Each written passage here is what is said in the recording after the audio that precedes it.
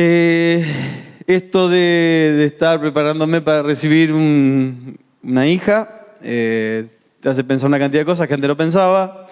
Pensábamos, tanto tiempo clamamos al Señor, concédenos un hijo, concédenos, y bueno, estuvimos en esa lucha mucho tiempo. El Señor ahora nos está permitiendo experimentar este tiempo, y ahora viene la otra parte, Señor, que te conozca, porque si por ahí veía la aflicción de no poder concebir, y ahora está la aflicción de que cómo hacemos para que conozca al Señor, ¿viste? Si le permite al Señor vivir más que la adolescencia, más que la niñez, y si no se convierte, no va al cielo. Y eso aflige el corazón. Y entonces tengo esa cosa en el corazón: Señor, ayúdame. ¿Cómo hacemos? ¿Qué ejemplo le tengo que dar? Y uno siempre tuvo esas inquietudes del ejemplo. Desde el rol de encargado de jóvenes, siempre quiere ser ejemplar, siempre quiere mostrarse en grados de pureza. Y bueno, pero ahora también uno está, atravesado por otra cosa, ¿no? Y hay aspectos que me hacen entender que esa vida ejemplar tiene que aparecer en toda nuestra vida, porque somos cartas leídas, como se está diciendo en estos días. La otra vez preguntaba yo, ¿qué leen cuando nos leen? Porque no dice que son cartas que van a ser leídas, sino que nos están leyendo todo el tiempo. Entonces, cuando aparece esa carta ante el mundo, ¿qué están viendo? ¿Desde qué parte nos ven parados? ¿Cómo ven nuestras dinámicas de pensamiento? ¿Qué leen cuando decimos lo que decimos, cuando callamos lo que callamos? ¿No? Porque todo son conductas, todo está siendo leído, todo. Y hay algo que me aparece fuertemente en estos días, y que aparecía en el apóstol Pablo recurrentemente. Si bien él era de la rama de los fariseos, y él creía en la resurrección de los muertos, por eso había sido formado en esa escuela, podía haber sido también un pensamiento más. Pero cuando se convierte, cuando se encuentra con el Cristo resucitado, eso que él ya entendía o que pensaba porque pertenecía a esa escuela se modifica y comienza a ser conducta en su vida. Y procura que eso sea conducta y enseña acerca de que eso sea su conducta. Así que vamos a Filipenses capítulo 3. Filipenses capítulo 3, es como que tengo una cantidad de pensamientos sueltos que voy a tratar en estos días de seguir pensando. Pero me parecía tan interesante. Filipenses 3, verso 7, vamos a leer hasta el 11. Dice, pero cuántas cosas eran para mí ganancia, las he estimado como pérdida por amor de Cristo. Y ciertamente aún estimo todas las cosas como pérdida por la excelencia del conocimiento de Cristo Jesús, mi Señor, por amor del cual lo he perdido todo y lo tengo por basura para ganar a Cristo y ser hallado en Él, no teniendo mi propia justicia, que es por la ley, sino la que es por la fe de Cristo, la justicia que es de Dios por la fe, a fin de conocerle y el poder de su resurrección y la participación de sus padecimientos, llegando a ser semejante a Él en su muerte, si en alguna manera llegase a la resurrección de entre los muertos. ¿Cómo entendía Pablo de una forma, si se quiere, al revés, el tema de cómo llegar a ser como Cristo? Él no entiende justamente que tiene que vivir de una determinada manera para llegar a ser semejante al comienzo de la vida del Señor, sino que él dice, yo para ser semejante a la muerte de Cristo, tengo que vivir en el poder de la resurrección. Dice, a fin de conocerle y el poder de su resurrección. Él quería conocer a Cristo. Era el conocimiento más excelente que podía experimentar. Todo lo demás, que aún era bueno, era estimado como estiércol comparable a tal conocimiento. Y ahora dice, esto que es una ganancia para mí, parte de este punto. Quiero conocer la excelencia de ese conocimiento en el poder de la resurrección, para convertirme en semejanza a Él en su muerte. O sea, quiero llegar a culminar mis días habiendo vivido en el poder de la resurrección. Y después dice, porque es raro la Reina Valera como se explica, si en alguna manera llegase a la resurrección de los muertos, porque también está queriendo esa resurrección de todas las personas que habrá de suceder aquel día en la segunda venida de Cristo. Pero Él quiere vivir en el poder de la resurrección, entiende que es un conocimiento muy alto y es un parámetro de vida. La iglesia del Señor es menester que se pare desde esa perspectiva para afrontar las conductas de la vida cotidiana. Nosotros partimos desde ahí, desde el poder de la resurrección. Nos paramos ante el mundo, ante la sociedad, ante el sistema, ante mi familia, ante mis hermanos, desde la resurrección de Cristo. Nos paramos desde el lugar de la victoria, donde el pecado no tiene poder sobre nosotros, donde nosotros podemos señorear, donde nosotros tenemos el dominio y la capacidad de vivir en santidad. ¿Por qué? Porque Cristo ha resucitado. Porque la muerte y el poder de la muerte ha sido destruida para siempre. La iglesia se para desde ese lugar. Quien pretende vivir y entiende que vive desde la resurrección, la iglesia comienza en la resurrección. Cuando hablamos de la era cristiana, para algunos quieren hablar del nacimiento de Jesús, yo creo que la era cristiana comienza en la resurrección de Cristo. Creo que ahí empieza la iglesia, si bien podríamos hablar desde Abraham, pero ahí podemos hablar de la iglesia como la conocemos hoy. Ahí comienza la era cristiana. Creemos que parándonos de ahí nos paramos desde la victoria. Nos paramos desde lo que somos ontológicamente. La identidad de la iglesia es desde la resurrección. Pero nadie podrá alabar la resurrección sin aceptar la muerte. Y esto es un principio fundamental. La cruz es lo que dio posibilidad para la victoria, y lo que confirma la victoria es la resurrección. Y la iglesia tiene que pararse ahí. Nosotros tenemos que vivir desde ese parámetro, en el poder de la resurrección.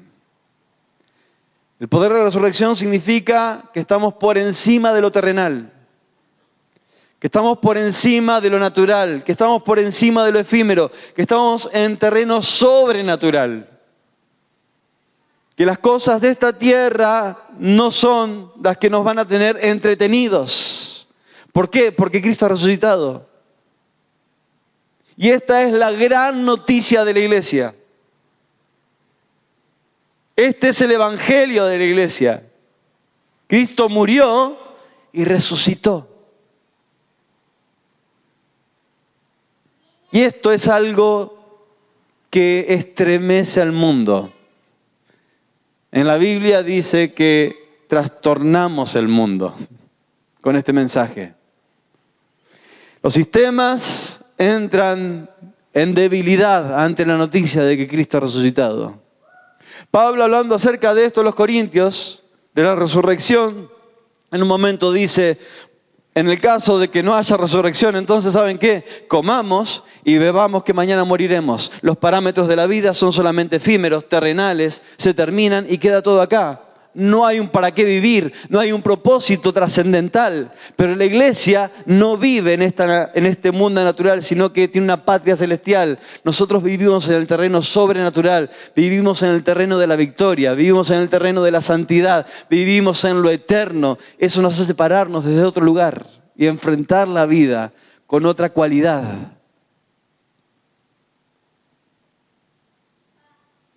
Es menester que los hijos de Dios nos pasemos esta noticia todos los días. Cristo ha resucitado. Hermanos, si Cristo no resucitó, entonces que todo el mundo nos tenga lástima. Somos los más dignos de que nos tengan lástima. Que digan: pobrecitos, qué tontos, qué estúpidos. Si Cristo no resucitó, somos los más dignos de conmiseración, dice la Escritura. Pero ahora, como la gran noticia que dice Pablo a los Corintios, pero ahora Cristo ha resucitado, primicia de los que duermen ha sido hecho. Él es el primero de la resurrección. Ya Daniel comienza a hablar de estas cosas en el Antiguo Testamento. Si bien tenemos una revelación progresiva, vieron las Escrituras, en las profecías más tardías comienza a hablarse también acerca de lo que sucederá a lo último de los tiempos. Y Daniel comienza a hablar acerca de la resurrección de justos e injustos. Y esta fue una doctrina que cuajó profundamente en los fariseos. Y en esta escuela había sido instruido Pablo. No le era un lenguaje extraño de que Jesús hubiera resucitado.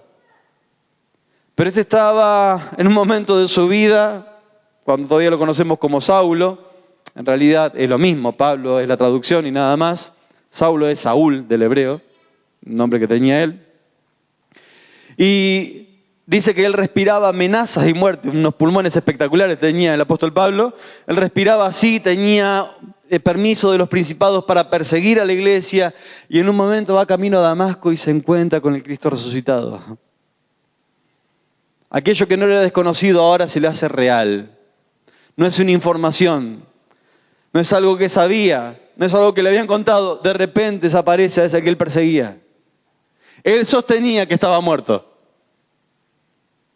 Él era uno que decían que había sido crucificado y nada más. Pero se le aparece el Cristo resucitado. Y todo aquello comienza a ser distinto en su vida. Se convierte y aparece un defensor de la resurrección de Cristo y del poder de la resurrección como nunca antes. Y era muy astuto el apóstol Pablo. Pero en un momento el apóstol Pablo va a Jerusalén, todos más o menos pueden saber, está en el templo un día y lo acusan y lo empiezan a querer matar. Bueno, es bastante largo de explicar. Y cuando lo quieren matar, entonces se lo llevan a otro lugar para que él pueda estar un poco libre de todo ese disturbio. Y en medio de toda esa golpiza que tenían, le están preguntando los romanos y le están diciendo, decinos qué es lo que pasa, no pueden escucharlo, lo llevan a otro lugar. Entonces él pide para hablar. Imagínense, él está un poco mal, está golpeado ahí. Y se asombran de que él hablaba griego en ese momento. Le dicen, ¿hablas griego? Y le explica ahí Pablo. Pero cuando va a hablar al pueblo, habla en hebreo. Entonces los hebreos dicen, habla hebreo. Porque le habían visto ahí con unos griegos antes, por eso lo están acusando de que está profanando el templo. Y cuando lo ven que habla en hebreo, también era políglota, dominaba muchas lenguas. Y cuando lo escuchan hablar en hebreo, dicen, para que habla en hebreo. Se ve que habla bien, que había sido educado a los pies de Gamaliel, había pasado desde la adolescencia en adelante su vida en Jerusalén. Entonces, el apóstol Pablo comienza a explicar un par de cosas, igual quieren matarlo, pero en un momento, es muy astuto él, se da cuenta que hay dos escuelas bien definidas en ese lugar. Entonces se da cuenta que están los saduceos y están los fariseos. Y él dice, tengo una cosa que decir. Y explica acerca de la resurrección. Dice Hechos de los Apóstoles 23:6, que notando que gran parte de los saduceos, había una gran parte de los saduceos y los fariseos, él alzó la voz en el concilio. Y explicó que era fariseo, que había sido educado a los pies de Gamaliel. Dice, acerca de la esperanza y de la resurrección se me juzga. Cuando el tipo mete la resurrección, ahí se arma. Porque los saduceos pensaban que la resurrección no existía, y los fariseos sí. Entonces empiezan a discutir entre ellos. La resurrección comienza a generar conflictos. A los fariseos no les importa el Cristo resucitado. No les importa eso. Sí les importa el concepto de la resurrección, pero no creen en el Cristo resucitado. O sea, tienen a la resurrección y la vida para creer, pero deciden no creer, aunque sí defienden el concepto de la resurrección. Y están los saduceos que no creen en la resurrección y se empiezan a pelear entre ellos. Entonces, ahí comienza un derrotero en la vida de Pablo, donde es trasladado de Jerusalén, después es llevado a Cesarea. Y ahí de vuelta vuelve a defenderse delante de Félix en su momento. Después viene Festo, donde también se tiene que defender. Y siempre aparece la cuestión de la resurrección. Y en última instancia viene Agripa, que era un rey. Y ante el rey Agripa, él se tiene que defender, pero Agripa era de religión de los judíos. Él tenía conocimiento de esto. sobre todo Berenice, su esposa, que tenía altos conocimientos y habían abrazado la religión judía. Y en el 26:7 pregunta de forma irónica en su defensa, dice, ¿qué? ¿Se me juzga entre vosotros cosa increíble que Dios resucite a los muertos? Es el argumento que pone él. Y el 26:19, que quisiera que lo leamos, hasta el 23, dice, por lo cual, oh rey Agripa, no fui rebelde a la visión celestial, sino que anuncié primeramente a los que están en Damasco y en Jerusalén y por toda la tierra de Judea y de los gentiles, que se arrepintiesen y se convirtiesen a Dios haciendo obras dignas de arrepentimiento. Por causa de esto, los judíos, prendiéndome en el templo, intentaron matarme. Pero habiendo obtenido auxilio de Dios, persevero hasta el día de hoy, dando testimonio a pequeños y a grandes, no diciendo nada fuera de las cosas de los profetas y que Moisés dijeron que había de suceder. Que el Cristo había de padecer y ser el primero de la resurrección de los muertos para anunciar luz al pueblo y a los gentiles. Desde el momento que lo quieren matar en el templo hasta este momento, el ardid que va a tener es que Cristo resucitó. Claro, los romanos no podían juzgarlo por una cuestión de la religión judía. Pero lo que atestigua totalmente, todo el tiempo, es que Cristo resucitó. En su defensa aparece todo el tiempo la resurrección. Y dice, no fui rebelde a algo. Yo no fui rebelde. Y tenía que anunciar esto. Que Cristo tenía que padecer, ser el primero de la resurrección. Esto tenía que ser así. Pablo se va a defender desde ese lugar. Se va a parar ante el rey, ante magistrados, ante gente de poder, ante los principales de la sinagoga. Este es el argumento que tengo. Si bien primeramente fue el ardid que usó para salvar su vida, también fue lo que sostuvo. Cristo resucitó. Hermanos, es un notición. Cristo resucitó.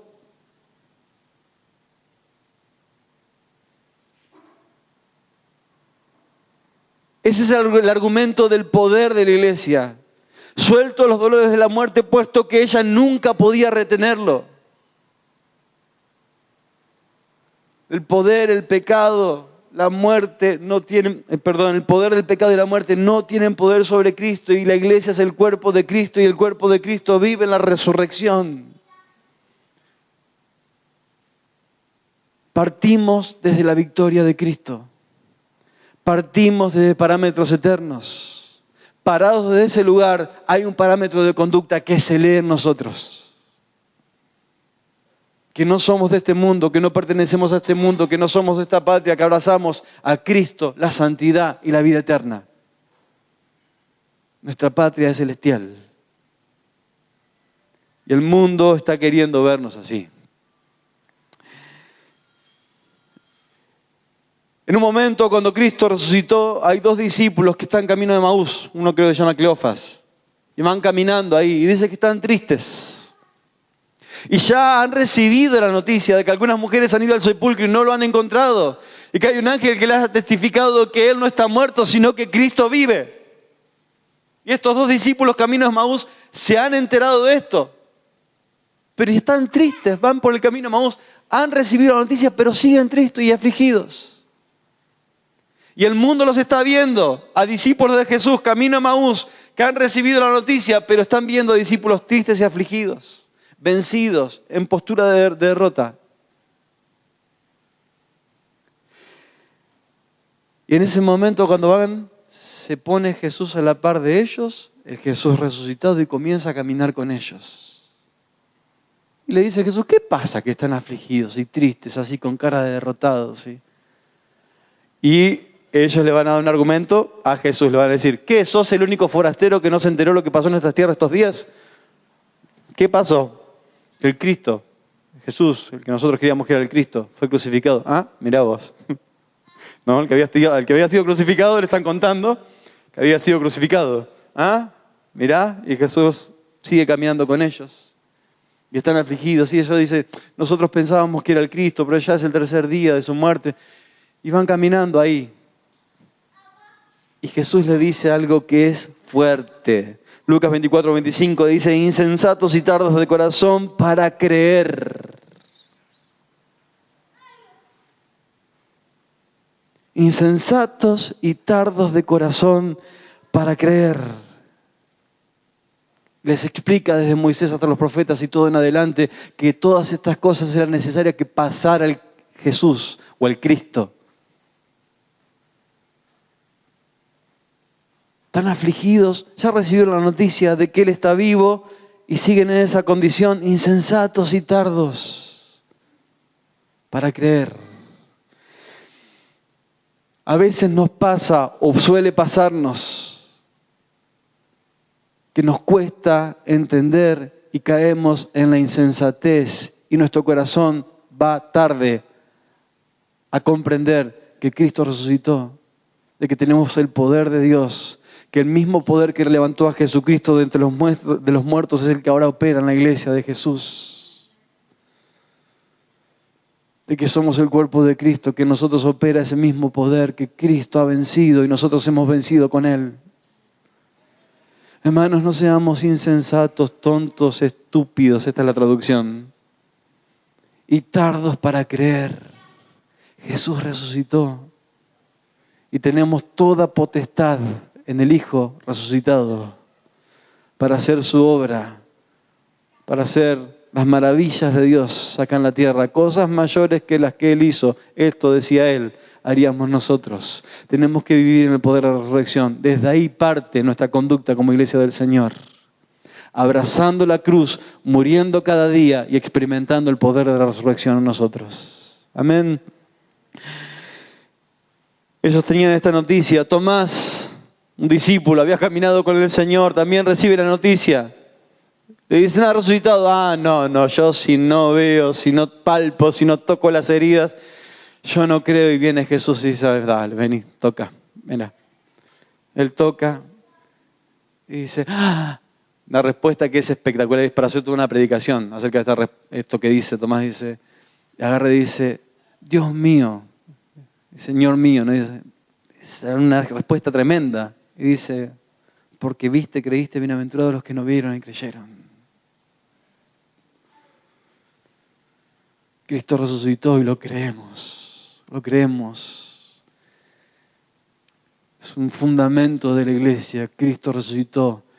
Es la noticia de la iglesia, Cristo resucitó. Es el evangelio de la iglesia, Cristo resucitó. Es el ánimo que podemos darnos entre nosotros, Cristo resucitó. Es la confirmación del poder que tenemos, Cristo resucitó.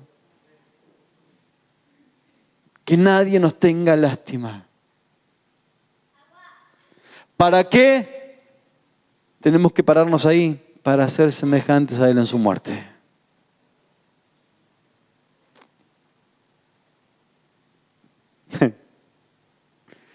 Vivir en el poder de la resurrección para aceptar la cruz. ¿Me explico?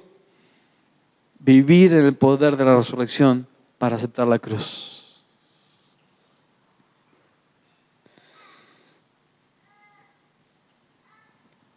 Voy terminando. No hace falta que suban los músicos ni nada. La resurrección de Cristo trastorna el sistema del mundo. Ese mundo que dominaba, ese sistema que dominaba el mundo judío, con la sola noticia de la resurrección, fue un trastorno tremendo aquella jornada cuando Pablo comienza a defenderse. Cuando vienen a acusarlo los romanos o quieren ver qué había hecho, cuando dice que Cristo resucitó y este es el argumento que tiene, ninguna prueba encuentran en contra de él. Cuando Agripa escucha todo aquello, dice, por poco me persuades. El rey, al enterarse de que había resucitado Jesús y se siente casi persuadido, lo que pasa es que tenía que aceptar que si Cristo había resucitado, entonces el rey era ese y no él. La resurrección trastorna este mundo. Hermanos, el sistema de este mundo avanza. Vienen por la familia, vienen por nuestros hijos, vienen a querer dañar la iglesia, vienen a querer dividirnos, vienen a querer hablar y blasfemar en contra de la iglesia. Pero hermano, te digo algo, Cristo resucitó. No van a poder. No van a poder. Cristo resucitó. Yo le quiero contar a mi hijo, a mi hija, Cristo resucitó. Esa es la noticia que tengo para darle. Es la noticia que tenés para darle a tus hijos. Cristo resucitó. Es algo que trastorna el mundo entero. Es donde Satanás se ve vencido. Que el acta de decretos que fue exhibida en la cruz del Calvario fue confirmada por una tumba vacía. Es el poder de la iglesia exhibido en el poder de la resurrección. Por último, termino. El entender que tenemos que vivir en la resurrección de Cristo nos hace entregarnos enteramente a aquel que resucitó. No es que vivimos sabiendo que habrá una resurrección de los muertos en aquel día cuando venga Jesús, sino que nosotros hoy vivimos en el que resucitó. Y nuestra vida tiene que estar entregada a ese que resucitó. Y 2 Corintios 5:15 dice que por todos murió. Por todos murió.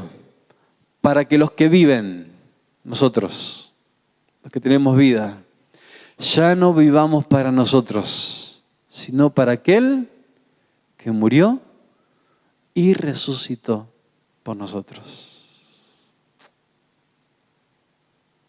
Vivir en el poder de la resurrección es vivir para Él. Vivir para Jesús.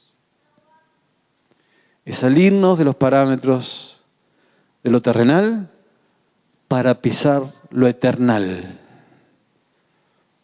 Para estar en la roca inconmovible de los siglos. Ni la muerte ni el sepulcro lo han podido retener. Hoy la iglesia vive con Cristo y en el poder de la resurrección. Amén. Hermano, tengo una buena noticia. Ahora Cristo ha resucitado, primicia de los que duermen ha sido hecho. Él ya arrancó y nosotros vivimos en esa primicia. Y todos seremos resucitados algún día si es que morimos y viviremos con el resucitado para toda la vida. Amén. Padre, muchas gracias por la obediencia de tu Hijo. Gracias, Jesús. Yo te doy gracias porque ha sido exaltado hasta lo sumo. Y le ha sido dado un nombre que es sobre todo nombre, en los cielos, en la tierra y debajo de la tierra. Y toda lengua va a confesar que Jesús, que ha resucitado, es el Hijo de Dios. Padre, muchas gracias. Queremos vivir esta noticia. Queremos vivir este evangelio. Queremos ser semejantes a vos en tu muerte. Y para esto, Señor, queremos experimentar cada día el poder de tu resurrección en nuestra vida. Queremos que se note en nuestras conductas que conocemos que vos resucitaste. Que vean nuestras conductas en el mundo, en nuestro trabajo, en nuestra vida cotidiana, que nosotros pertenecemos al Cristo resucitado. Que el pecado no tiene potestad sobre nosotros. Que estamos parados en la victoria. Que no estamos presos de este mundo, sino que vivimos y lo que vivimos para aquel que murió y resucitó por nosotros. Sea tu nombre glorificado, Señor, para siempre. Amén, amén. Dios te bendiga, te acompaña a casa de vuelta. Nos encontramos a las 19 horas.